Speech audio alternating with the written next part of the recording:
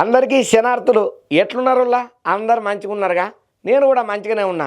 సరే మరి ఎప్పటి లెక్కనే ధమాకా దుమ్ము దులిపే వార్తలను మీకోసానికి తీసుకొస్తానని మీకు తెలుసు కాబట్టి మీరు అనుకున్నట్టుగానే నేను కూడా బొంబాడు ముచ్చట్లను పట్టుకొని వచ్చిన దుమ్ము దులిపే ధమాకా వార్తలల్లా. మరి ఇయాల్టి వార్తలను మనం చూద్దాం కదా పాండ్రి.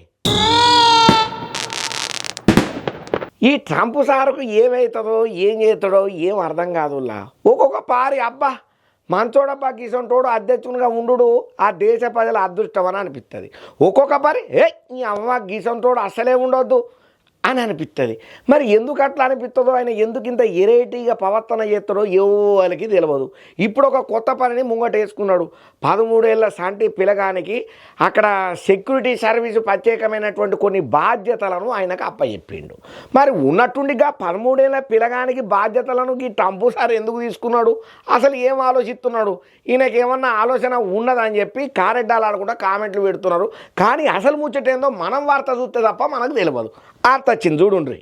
ఇక అమెరికా అధ్యక్షునిగా రెండోసారి బాధ్యతలను చేతబట్టిన తర్వాత ఈ డొనాల్డ్ ట్రంప్ సార్ తీసుకుంటున్నటువంటి నిర్ణయాలు ఏవైతే ఉన్నాయో అవి పెద్ద సంచలనాలకే దారితీస్తున్నది. ఎందుకనంటే వలసదారులను యుద్ధ ప్రాతిపదికన వాళ్ళ దేశాలకు ఒమ్మని చెప్పుడు, ఇంకా వేరే వేరే దేశాలకు పైసలను వాపుడు, ఇంకా అంతనే కాకుండా విదేశీ దిగుమతుల మీద ఏవైతే మనం అంటాం కదా పన్నులు అన్ని విధించుడు, ఇంకా అంతనే కాకుండా రష్యా ఉక్రెయిన్ మధ్య శాంతి కోసం చర్చలు జరుపుతున్నామని చెప్పుడు, ఇవన్నీ కూడా చాలా వివాదాస్పద నిర్ణయాలే తీసుకుంటాడు ఈ ట్రంప్ సారు. మరి ఆయన ఎందుకు అట్లా ఆలోచన చేస్తాడో, ఏమిటి కోసానికి అని చేస్తాడో, ఒక్కొక్క పారి మంచోడు అనిపిస్తుంది, ఒక్కొక్క పారి అవ్వ గిదెక్కడ కదరా దమాకు తింటున్నాడు అని అనిపిస్తుంటది. అయితే రీసెంట్ గా ఇప్పుడు ఈయన తీసుకున్నటువంటి సంచలన నిర్ణయం ఏదైతే ఉన్నదో అమెరికా పబ్లిక్ ఒక్కసారిగా ఉలిక్కి పడేటట్టే చేసింది. మరి ఏందయ్యా గంతగనం చేసిన పని ఈ ట్రంప్ అని అంటే, సీక్రెట్ సర్వీస్ ఏజెంట్ గా 13 ఏళ్ల సంటి పొల్లగాన్ని నియామకం చేస్తున్నట్లుగా ఒక ప్రకటన అయితే ఈడతల చేసిండు. ఇప్పుడు ట్రంప్ సార్ చేసినటువంటి ఈ ప్రకటన ఇన్నోళ్ళు ప్రతి ఒక్కరు షాక్ అయినరు. వాయమ్మని గిదెక్కడి కతరాడు, ఆయన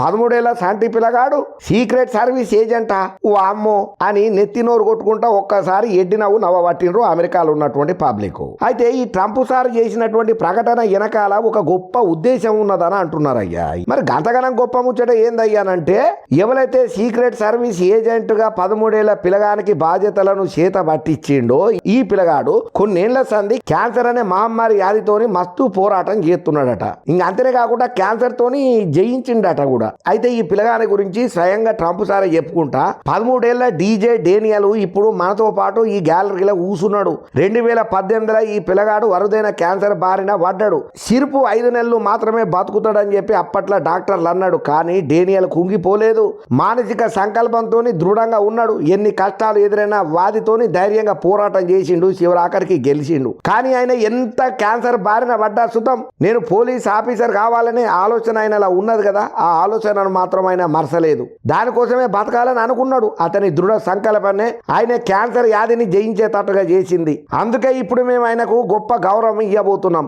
యుఎస్ సీక్రెట్ సర్వీస్ ఏజెంట్ గా ఈ పిల్లగాన్ని తీసుకోవాలని చెప్పి ఆ సంస్థ డైరెక్టర్ సీన్ కరణ్ కోరుతున్నా అనుకుంటా ట్రంప్ సార్ చెప్పుకుంటూ వచ్చిండు. ఇక ట్రంప్ సార్ చేసిన ఈ ప్రకటన తర్వాత అక్కడ ఉన్నటువంటి రిపబ్లికన్ సభ్యులు ఉంటారు కదా, వాళ్ళందరూ ఒక్క పారిగా నిలబడి సప్పట్లనైతే నిలబడి హాలు మారు మోగేతట్టే కొట్టిండ్రు అనుకోండి. ఇక చాలా మంది డెమోక్రటిక్ సభ్యులు ఉంటారు కదా, హాలు కూడా ఈ నిర్ణయానికి మద్దతునే ఇచ్చిండ్రు. ఇక ట్రంప్ మాటలు ఈనంగానే డేనియల్ నైనా ఆయనను గట్టిగా ఎత్తుకొని సభకు చూపించిండు. సీక్రెట్ సర్వీస్ డైరెక్టర్ కరణ్ ఆ పిల్లగాడి దగ్గరకు పోయి అధికారిక ఐడి కార్డును అందజేసిండు. అయ్యా ఆ ఐడిని చూసుకొని డేనియల్ మురిసిపోయిండు. నన్ను సీక్రెట్ ఏజెంట్ గా నియామకం చేసిన ప్రెసిడెంట్ డొనాల్డ్ ట్రంప్ సార్కు నేను ఈ సందర్భంగా నేను థ్యాంక్స్ చెప్పుకుంటున్నా అనుకుంటా అన్నాడు డేనియల్. ఏదేమైనా ఒక మంచి పని కోసం ఎటువంటి నిర్ణయాలైనా తీసుకోవచ్చు, అందులో ట్రంప్ సార్ ముందుంటాడు అనే దాంట్లల్లా ఇదొక ముచ్చట. కానీ ఏదేమైనా కానీ ఎంత నెగిటివ్ గా ట్రంప్ మీద ఉన్నా కానీ ఈ ఒక్క మాటతోని, ఈ ఒక్క తీర్పుతోని, ఈ ఒక్క ఆలోచనతోని మొత్తం మార్కులు పాజిటివ్ గా కొట్టుకున్నాడు అయ్యా ట్రంప్ సారు. ఇక ఎప్పుడైతే మీనాక్షి నటరాజన్ మేడం కాంగ్రెస్ పార్టీ ఇన్ఛార్జిగా బాధ్యతలను చేతబట్టిందో అప్పటి సందైతే కాంగ్రెస్ పార్టీలో జర మార్పులు చేర్పులు గట్టిగానే అవుతున్నాయి. ఇప్పుడు మెదక్ పార్లమెంటరీ మీద గట్టిగానే ఫోకస్ పెట్టింది మేడం. ఏదేమైనా కూడా మేడం అప్పుడప్పుడు అందరికీ మంచి షెడ్యూల్ చెప్పుకుంటా జరగాల్సినటువంటి మార్పుల గురించి, ఉండాల్సినటువంటి తీరుల గురించి కూడా ఆ పార్టీ క్యాడర్తోని, లీడర్లతోని, కార్యకర్తలతోని గట్టిగానే మాట్లాడుతున్నది. మరి ఇప్పుడు మెదక్ మీద కూడా గట్టిగానే ఫోకస్ పెట్టినటువంటి మేడం ఏం ఆలోచన చేస్తున్నదో వార్త తెలుసుకుందాం పాండ్రి. ఇక కాంగ్రెస్ పార్టీ తెలంగాణ రాష్ట్ర వ్యవహారాల ఇన్ఛార్జి మేడం ఉన్నది కదా మీనాక్షి నటరాజన్ మేడం, ఆ మేడం పార్లమెంటరీ సెగ్మెంట్ మీద స్పెషల్గా ఫోకస్ పెడుతున్నదయ్యా. ఇప్పటికే ఈ లోక్సభ నియోజకవర్గానికి సంబంధించినటువంటి ఫీడ్బ్యాక్ను కూడా నటరాజన్ మేడం ఎప్పటికప్పుడు తెప్పించుకొని సమీక్షలను గట్టిగానే చేస్తున్నది. ఇక మంగళవారం గాంధీ భవన్లో మెదక్ పార్లమెంటు సెగ్మెంట్ల నేతలతోని కూడా ఆమె రివ్యూ చేసిందయ్యా. ఆమె లోక్సభ పరిధి నియోజకవర్గాల నేతల అభిప్రాయాలు, సలహాలు, సూచనలనే కాదు అన్ని రకాల ఉన్నటువంటి ప్రతి ఒక్క విషయాన్ని కూడా వివరంగా అడిగి తెలుసుకుంటున్నది. ఇంకా అంతనే కాకుండా పార్టీ నేతలంతా కూడా వ్యవహారాలు చేపట్టాల్సిన అంశాల మీద కూడా వాళ్ళ అభిప్రాయాలను చెప్పుకుంటా వచ్చిండ్రు. ఇక వీళ్ళందరూ చెప్పిన ముచ్చట్లలో మీనాక్షి మేడం సానుకూలంగానే రియాక్ట్ అయ్యిందయ్యా. అన్ని విషయాలను నోట్ చేసుకున్నది. అయితే మీటింగ్ అయిపోయిన తర్వాత ఏఐసిసి రూమ్ లా మీనాక్షి నటరాజను మంత్రి దామోదర రాజనరసింహ సార్ తోని ప్రత్యేకంగా భేటీ అయ్యిందయ్యా. మినిస్టర్ సాబ్ అసలు మెదక్ సంగతి ఏంటిది అని మీనాక్షి నటరాజను మంత్రిని ప్రశ్న చేసినట్టుగా తెలుస్తున్నదయ్యా. అసెంబ్లీ ఎన్నికల నుంచి మొదలు పార్లమెంటు వరకు అక్కడ సీట్లు కేటాయింపు వ్యవహారం గురించి కూడా ఆరా తీసినట్లుగా సమాచారం బాగానే వినబడుతున్నది. ప్రధానంగా మెదకు పార్లమెంటు లోక్సభ నియోజకవర్గానికి కాంగ్రెస్ పార్టీ నుంచి అభ్యర్థులు ఉన్నప్పటికీ సుతం ఇక వేరే వాళ్ళకు టికెట్ ఇచ్చుడు వెనకాల మతలబ్ ఏంటిదనేది కూడా అడిగి తెలుసుకున్నదట. ఇక సిర్పు ఇది ఇక్కడ వరకే జరిగిందా లేకపోతే అంతటా ఇదే అవుతున్నదా అని కూడా ఆమె మంత్రిని అడిగినట్టుగా సమాచారం గట్టిగానే వినబడుతున్నది. ఇక పోతే పటాన్ చెరువు లోలి ఏంటిదని కూడా ప్రశ్నలు వేసిందట. వీటన్నిటికీ తొందరలోనే చెక్కు పెట్టాలని కూడా మేడం గట్టిగానే ఆలోచన చేసుకుంటా ఈ సందర్భంగా మంత్రితోటి చాలా ముచ్చట్లే మాట్లాడినట్టుగా కూడా విశ్వసనీయ సమాచారం అందింది అయ్యా. ఏదేమైనా Meenakshi Natarajan madam assembly parliament ఎన్నికల ఓటమికి గల కారణాలు, అట్లనే రానున్న రోజులల్లా పార్టీని బలోపేతం ఎట్లా చేయాలనే ఆలోచనలల్లా గెలుపు కోసం మనం ఎట్లా ఉరుకులు పెట్టాలనే దాని మీద కూడా లోతుగానే ఫీడ్బ్యాక్ తీసుకుంటున్నదట అందరి కార్యకర్తల నుంచి.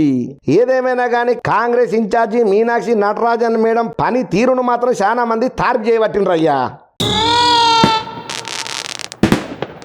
ఏందో ఏమోనోలా కొంతమందికి ఎంత చెప్పినా అర్థం కాదు. ఎందుకు ఇట్లా ప్రవర్తన చేస్తారో కూడా వాళ్ళకే తెలవాలి. కోటి బాధలను కడపలో దాచుకొని కాయ కష్టం చేసేటోళ్ళను చూసి ఆదర్శంగా తీసుకోనన్న ఇల్లు ఉండాలి. దేవుడు వీళ్ళకి ఏం తక్కువ ఇచ్చిండు? సెలబ్రిటీ స్టేటస్ ఇచ్చిండు, బిల్డింగ్లు బులోరాలు ఇచ్చిండు, మంచి పరపతిని ఇచ్చిండు, కావాల్సినంత పైసలు ఇచ్చిండు. ఏడవైనా ఫోటోగ్రాఫ్ ఆటోగ్రాఫ్లతో జనాలందరూ చుట్టుముట్ట చేరుతూనే ఉంటారు. మరి గంతగనం ఇచ్చినా కూడా వీళ్ళకి ఏం తక్కువైందో ఏమో తెలియదు. కానీ నిన్నట్ల ఈ కల్పన సింగర్ మేడం ఉన్నది కదా, ఉన్నట్టుండి మందు గోళీలు మింగి దవాఖానా పాలైంది. మరి ఆమె పరిస్థితి ఎట్లున్నది, ఎందుకు ఈ కథ చేసిందో అరుచుకోవాలని ఉన్నది కదా. చూద్దాం పాండ్రి అప్డేట్ వచ్చింది. ఇక సింగర్ కల్పన మేడం సూసైడ్ చేసుకోనికే ప్రయత్నం చేసిందన్న ముచ్చట్లలో ఏదైతే ఉన్నదో పెద్ద ట్విస్టే బయటపడ్డదుల్లా. ప్రస్తుతం ఆమె కేపీహెచ్ల హోలిస్టిక్ దవాఖానలో ఐసీయూలో చికిత్సను అయితే పొందుతున్నది. అయితే ఘటన జరిగిందనే ముచ్చట తెలవంగానే ఆమె భర్త ప్రసాద్ ఇంకంతనే కాకుండా ఆమె కూతురు హైదరాబాద్కు చేరుకున్నారయ్యా దవాఖానా కాడికి. ఇక అంతనే కాకుండా చాలా మంది సింగర్స్ ఈమెతోటి పని చేసిన వాళ్ళు ఉంటారు కదా, ఇక వాళ్ళందరూ కూడా కల్పన మేడంను పరామర్శన చేయనీకే దవాఖానకైతే తండోపతండాలుగా వచ్చిపోతున్నారట.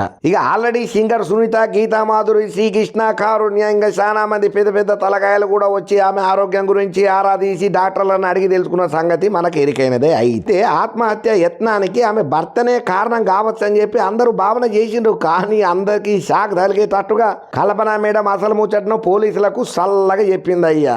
డాక్టర్ల పర్మిషన్ తోని పోలీసులు సింగర్ కల్పన మేడం తోటి జర్రంత సేపు మాట్లాడినరట.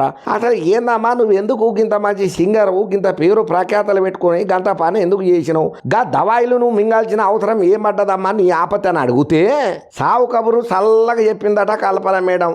నా పెద్ద కూతురు కేరళలో ఉంటుంది సారు, ఆమెను హైదరాబాద్కు రావాలని నేను చెప్పిన. కానీ నా కూతురు నన్ను లెక్క చేయలేదు, నా మాట తీసి పడేసింది.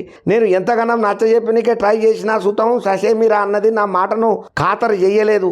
మా ఇద్దరి మధ్యన గట్టిగానే గొల్లెం చప్పుడు అయ్యింది. ఇక నా బిడ్డ నా మాట ఇంటలేదని చెప్పి ఆవేశాన్ని తట్టుకోలేక నేను ఆ డెస్క్ మీద ఉన్నటువంటి సీసాల మందు గోళీలను రప్పని ఒకటే పారి మింగిన సారు. కాకపోతే నేను కోమాలకు పోతున్నా కొద్దిసేపటి ముందుగల మా ఆయనకు ఫోన్ చేసేస్తే అసలు ముచ్చటను చెప్పిన. తర్వాత ఏమైందో నాకు తెలియదు సారు అని చెప్పిందట. ఇక ఇది విన్నటువంటి పోలీస్ పెద్ద సార్లు ఒక్కసారిగా ఒకరి ముఖాలు ఒకరు చూసుకొని నోరెళ్ళ పెట్టినరట. అయితే కల్పన మేడం ఇట్లా చెప్తే వాళ్ళ బిడ్డ మాత్రం డిఫరెంట్గా చెప్తున్నది.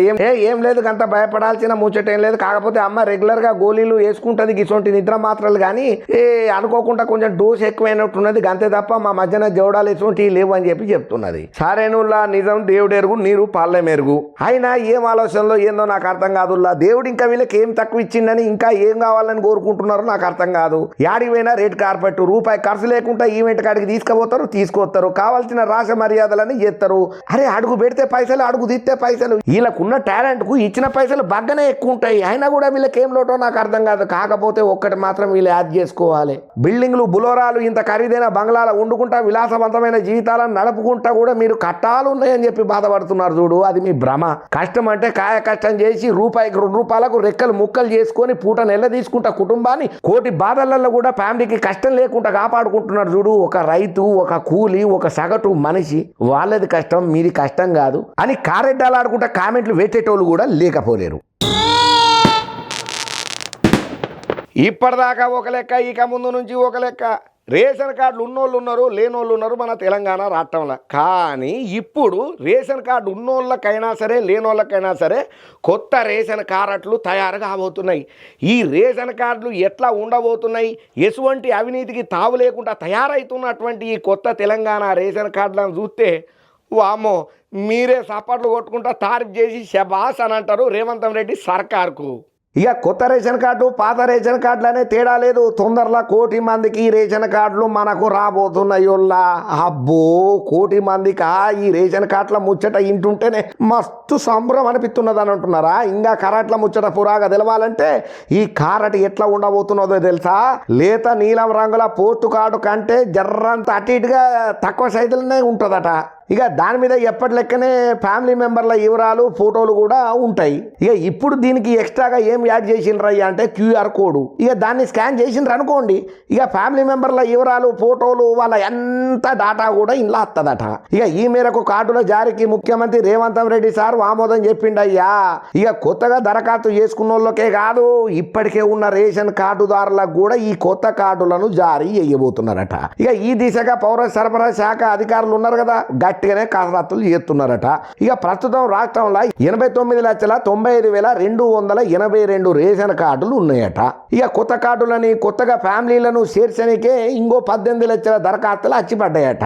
అయితే ఇప్పటికే వీటి పరిశీలన పూర్తయిందట. ఇక పాత ఈ కొత్త అన్ని కలిపి మొత్తం 1 కోటి రేషన్ కార్డులను ప్రభుత్వం కొత్తగా అందియబోతున్నదయ్యా. మరి గింతగానం QR కోడ్లు గయ్యి ఎందుకనంటే బోగజు నకిలీ కార్డులను అడ్డుకునే ధ్యేయంగానే QR కోడ్తో ఊడుకున్నటువంటి కొత్త కార్డులు జారీ చేయాలని చెప్పి ప్రభుత్వం నిర్ణయం చేసిందట.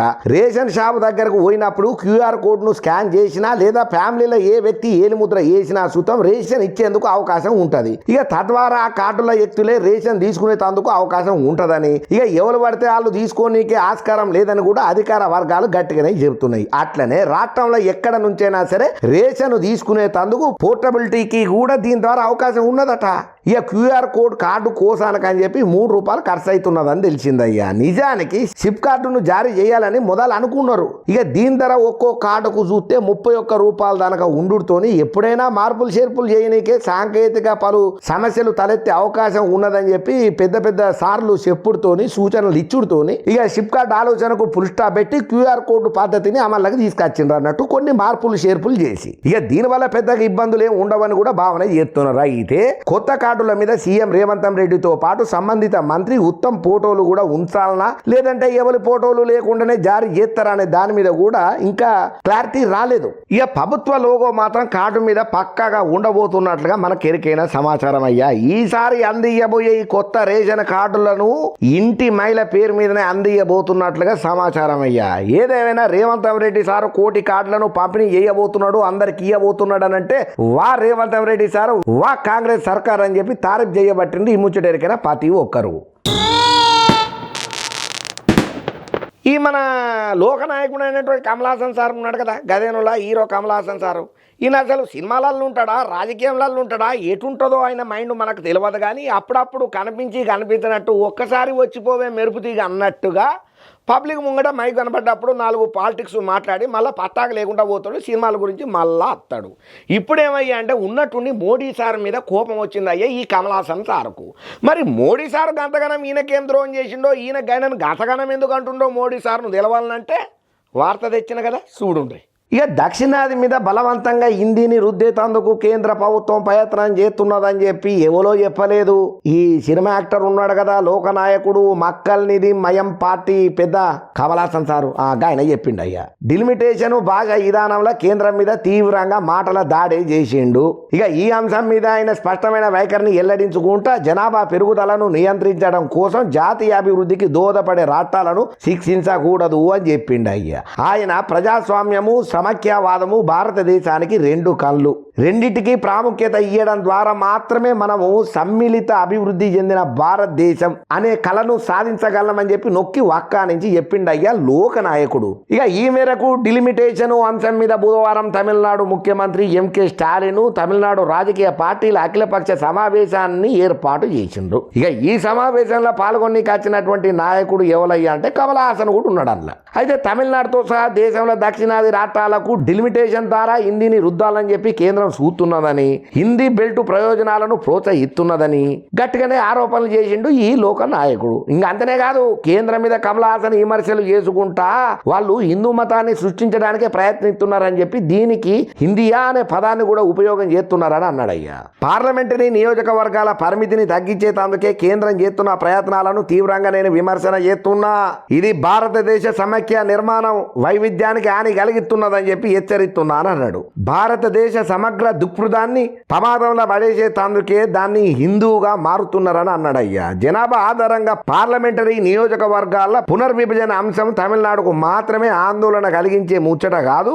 ఇది ఏపీ, తెలంగాణ, కర్ణాటక, కేరళ, పంజాబ్, ఒడిశా, పశ్చిమ బెంగాల్, హిమాచల్ ప్రదేశ్, ఉత్తరాఖండ్, ఈశాన్య రాష్ట్రాలను కూడా ప్రభావితం చేస్తుందని చెప్పిండయ్యా ఈ లోక నాయకుడు. ఇక ఈ అఖిలపక్ష సమావేశాన్ని నిర్వహణ చేసేందుకు తమిళనాడు ముఖ్యమంత్రి ఎంకే స్టాలిన్ ను హృదయపూర్వకంగా అభినందిస్తున్నా అన్నాడు ఈ లోక నాయకుడు. సైద్ధాంతిక విభేదాలను పక్కన పెట్టి చర్చల్లో పాల్గొనే తమిళనాడు పార్టీలకు కమల్ హాసన్ సార్ ప్రశంసల జల్లులే కురిపించిండయ్యా.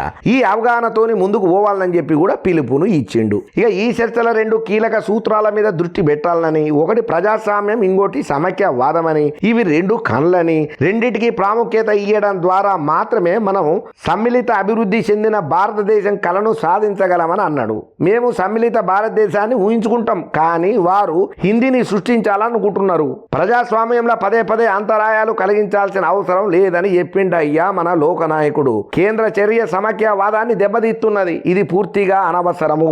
ఈ రోజు రేపే కాదు, అన్ని సమయాలలో కూడా పార్లమెంటరీ ప్రతినిధుల సంఖ్యను మార్చకుండా ఉంచడం ప్రజాస్వామ్యం, సమైక్యవాదం, భారతదేశ వైవిధ్యాన్ని కాపాడుకోవడం కూడా చాలా ముఖ్యం. ఒక భారతీయుడిగా నేను దీని మీద నొక్కి చెబుతున్నాను అనుకుంటా నొక్కే చెప్పిండు లోకనాయకుడు. ఇక లోకనాయకుడు గంటల కమానైతే స్పీచ్ అయితే గట్టిగానే ఇచ్చిండు, కానీ ఈయన మాటలు ఇన్నోళ్ళు ఏమయ్యా కమల్ హాసన్, నువ్వు సినిమాల వైపు ఉంటావా రాజకీయాల వైపు ఉంటావా మొదలు అది తెలుసుకో. ఉంటే ప్రజల పక్షాన ఉండి రాజకీయాలు చేసుకుంటా పబ్లిక్ కోసం ఫైట్ చేయి, లేదా సప్పుడుదాకా పోయి సినిమాలన్నా చేసుకొని మంచి వినోదాన్న పబ్లిక్ అందించు. అటు ఇటుగాని హృదయముతోని ఎందుకుయా ఓ లోకనాయక అని కారెడ్డాలు ఆడుకుంటా కామెంట్లు పెడుతున్నారయ్యా కమల్ హాసన్ మాటలు విన్న ప్రతి ఒక్కరు. ఏదేమైనా కూడా ఏపీల రాజకీయాలు మాత్రం రసవత్తరంగా జరుగుతున్నదయ్యా. ఈ అరెస్టుల పర్వం బోరుగడ్డ అనిల్తోని బోని కొట్టి మొన్నటిదాకా వల్లభనేని వంశీ, నిన్న పోసాని కృష్ణమురళి, తర్వాత నెక్స్ట్ టార్గెట్ రోజా రోజా రోజా అంబటి కోడాలి నానికి ఇట్లా రకరకాల పేర్లు వినబడ్డాయి. కానీ ఇప్పుడు మాత్రం ఆ రెడ్ బుక్లల్లో రోజా పేరు గట్టిగానే వినబడుతున్నదట. చాలా మంది ఏమంటున్నారంటే, ఒకవేళ అయ్యా మీకు దండం పెడితే లొకేషన్ సారా రోజమ్మ పేరు యాన్నో చివరికి ఉంటే ముందుగా తగిలించుంటారు అయ్యా, ఈమె బాగా ఓరాజ్యం చేస్తుందని చెప్పి కారెడ్డాలు కూడా కామెంట్లు పెట్టబట్టిండ్రు. మరి ఇప్పుడు ఉన్నట్టుండి రోజా ముచ్చట ఎందుకయ్యా లైమ్ లైట్లకు వచ్చిందని అంటే, ఆ మధ్యన ఆడదాం ఆంధ్ర అని చెప్పి ఒక ఆటను మొదలెట్టాయి కదా రోజా మేడం, అందులో అవినీతికి పాల్పడ్డ కేసులో దగ్గర 120 కోట్ల దాకా స్కామ్ అయ్యిందన్న ముచ్చట్లల్లో రోజా మేడం పాత్ర పెద్దగానే ఉన్నదని పుకార్లు షికార్లు చేస్తున్నాయి. దీని మీద ఒక సిట్ను అయితే ఏర్పాటు చేయబోతున్నదట కూటమి సర్కారు. మరి ఇప్పుడు నెక్స్ట్ టార్గెట్ లోపలికి పోయేది రోజమ్మనేనా? చూద్దాం పాండ్రి. ఇక ఆంధ్రప్రదేశ్ మాజీ మంత్రి రోజాకు ఇప్పుడు కొత్త సిక్కులాచి బట్టయుల్లా ఆమెనే టార్గెట్ చేసుకుంటా కూటమి ప్రభుత్వం కొత్త స్కెచ్లు ఎత్తున్నట్లుగా తెలుస్తున్నది. ఒకవేళ కూటమి వేసే స్కెచ్ ఫలితం అయితే మాత్రం మాజీ మంత్రి రోజా కూడా చిప్పకూడు తినాల్సిందేనని రాజకీయ తల పండిన మేధావులు చెప్తున్నారయ్యా. మాజీ మంత్రి రోజాకు రీసెంట్ గా షాక్ ఇచ్చుకుంటా కూటమి ప్రభుత్వం ఆడుదా ఆంధ్ర మీద విచారణకు రంగం సిద్ధం చేసింది. గత వైసీపీ ప్రభుత్వంలో ఆడుదాం ఆంధ్ర కార్యక్రమం చాలా బ్రహ్మాండంగా నిర్వహణ చేసిన సంగతి రోజా గారు చేసి దానికి పార్టిసిపేట్ గా కూడా ఉన్నారన్న ముచ్చట మనందరికీ ఎరికినదే. దేశవ్యాప్తంగా ఈ ప్రోగ్రామ్ ను హల్చల్ చేసింది వైసీపీ సర్కారు.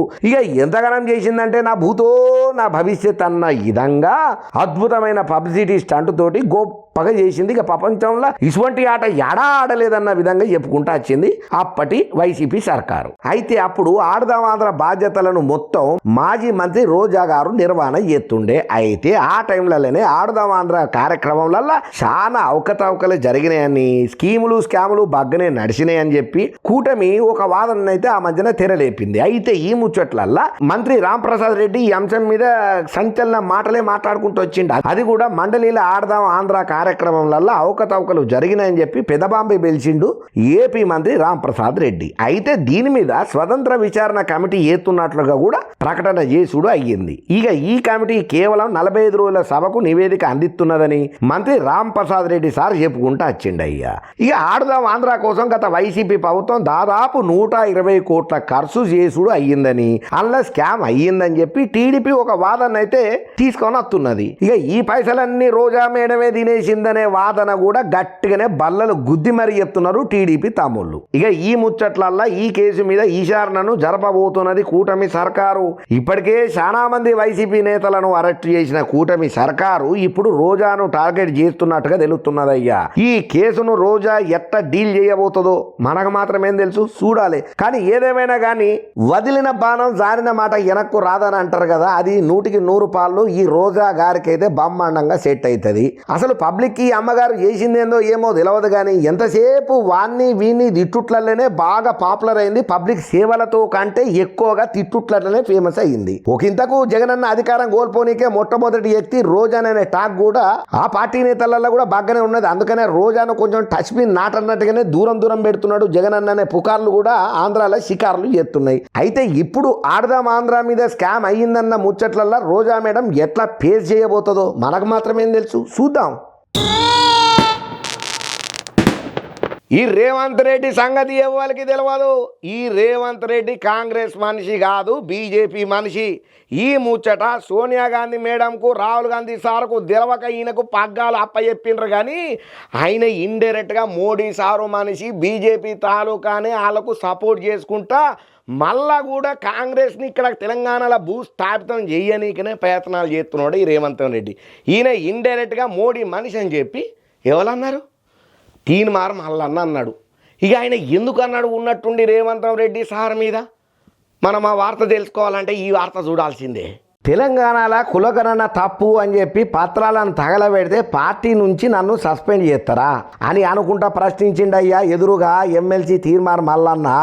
రాహుల్ గాంధీ తల ఎత్తుకునే తట్టు కులగణన జరగాలని రేవంత్ రెడ్డిని సూచించిన, అందుకే రేవంత్ నన్ను సస్పెండ్ చేయాలని చెప్పి చాలా రోజుల సంది అనుకుంటున్నాడు అని చెప్పుకుంటా వచ్చిండు. ఇక తీర్మార్ మల్లన్న మీడియా ముంగట మాట్లాడుకుంటా జరంతా రేవంత్ రెడ్డి సార్ మీద గట్టిగానే గరానికి వచ్చిండు. ముఖ్యమంత్రి రేవంత్ కావాలనే నన్ను పార్టీ నుంచి సస్పెండ్ చేయించిండు, లేనిపోని అన్ని ఇకమతులన్నీ చెప్పిండు, నా ఇజ్జతి పోయే తట్టుగా లేనిపోని పుకార్లను ముట్టించి నా మీద పగ పెంచుకున్నాడు. కరీంనగర్ పోయే టైంలో కూడా నన్ను సస్పెండ్ చేయాలని పీసీసీకి సూచనలు చేసిండు. ఎమ్మెల్సీ ఎన్నికలలో బీసీ నేతలకు గట్టి మద్దతు దొరికింది. భవిష్యత్తులో ఇంకా బలంగా పోరాడతాం. నన్ను సస్పెండ్ చేయడం ద్వారా బీసీలు ప్రశ్నించరనే భ్రమ నుంచి రేవంత్ రెడ్డి బయటకు రావాలి. అరే కులగణన తప్పు అని చెప్పి కాగితాలను నేను దగలబెడితే నన్ను సస్పెండ్ చేస్తారా? ఇదెక్కడ పద్ధతయ్యా రేవంత్ రెడ్డి? ఏం ఆలోచన చేస్తున్నావు నువ్వు? అంటే నీకెవడన్నా ఎదురుగా మాట్లాడితే వాడిని నీ ఇష్టం వచ్చినట్టు తొక్కి బట్టి నారదిస్తావా?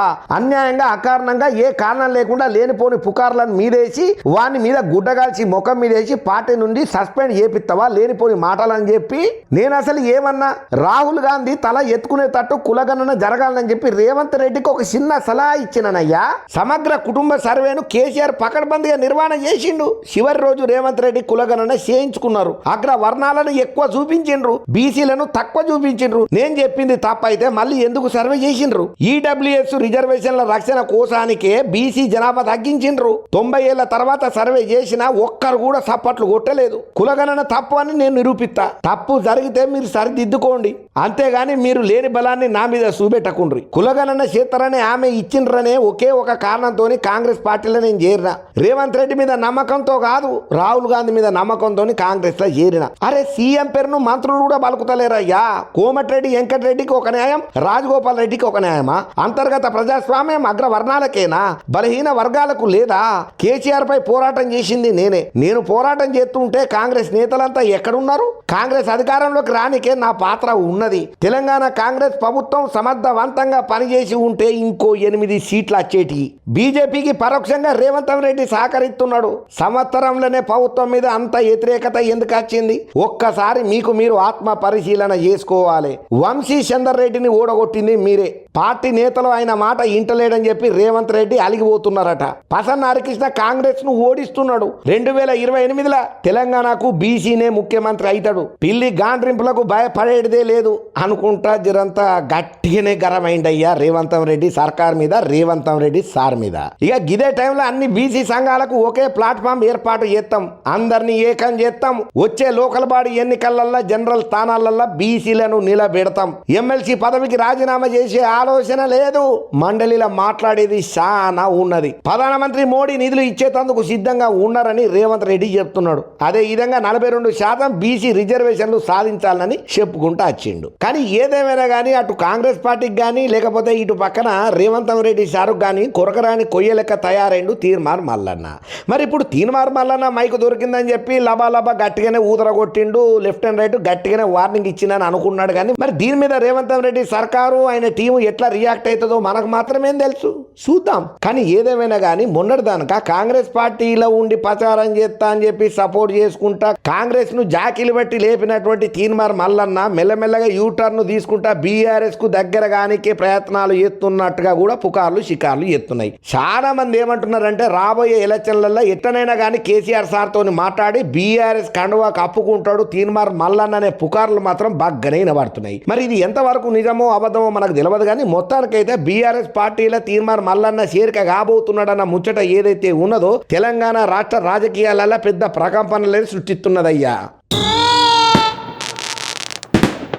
అబ్బా చూసిండ్రు కదా ఎట్లున్నాయి మన దమాగా దుమ్ముదులు పేర్తలు మత్తున్నాయిలే. ఇంకిన్ని మంచి మంచి ఆర్తలతో నేను మళ్ళీ మీ దానికి అత్తనే ఉంటా అన్నట్టు చెప్పుడు మర్చిపోయినా. మన మెగానైన్ ఛానల్ను సబ్స్క్రైబ్ చేసి మర్చిపోకుండ్రి. అట్లనే ఈ వీడియో మీకు నచ్చితే లైక్ చేయండి, షేర్ చేయండి, కామెంట్ కూడా పెట్టుండ్రి. మళ్ళీ ఇంకోపారి మంచి మంచి ఆర్తలతో మళ్ళీ నేను అత్తనే ఉంటా మరి.